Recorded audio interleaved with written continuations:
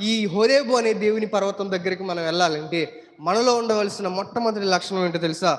చెప్పులు తీసే గుణం మనలో ఉండాలి. సార్, చెప్పులు తీయడం ఏంటంటే, సాధారణంగా చెప్పులు దేనికి సాదృశ్యంగా ఉంటాయంటే అపవిత్రతకు. దేనికి?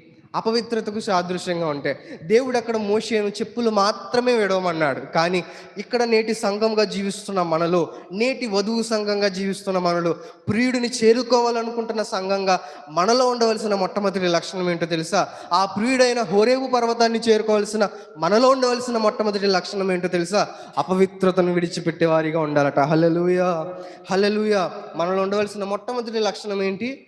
అపవిత్రతను విడిచిపెట్టాలి. మనలో ఉన్న చెడు గుణాలను విడిచిపెట్టాలి. మనలో ఉన్న నీచమైన కార్యాలను విడిచిపెట్టాలి. ఇంకా వేటినైతే మనం విడిచిపెట్టలేకపోతున్నామో, ఏవైతే దేవునికి మనకి అడ్డంగా వస్తున్నాయో, వాటన్నిటిని మనం ఏం చేయాలట? ఏం చేయాలి? విడిచిపెట్టాలి. విడిచిపెడితే మనకేమొస్తుంది? విడిచిపెడితే మనం ఏమవుతాం? పర్వతం దగ్గరికి వెళ్ళగలుగుతాం. విడిచిపెడితే అగ్నిపోత దగ్గరికి మోసే వెళ్ళగలుగుతాడు. నేను చెప్పులు తీయనంటే కుదరదు కదా. అది పరిశుద్ధ స్థలం. ఆ పరిశుద్ధ స్థలం దగ్గరికి వెళ్ళాలంటే మోషే ఏం చేయాలి? చెప్పులు వేయాలి.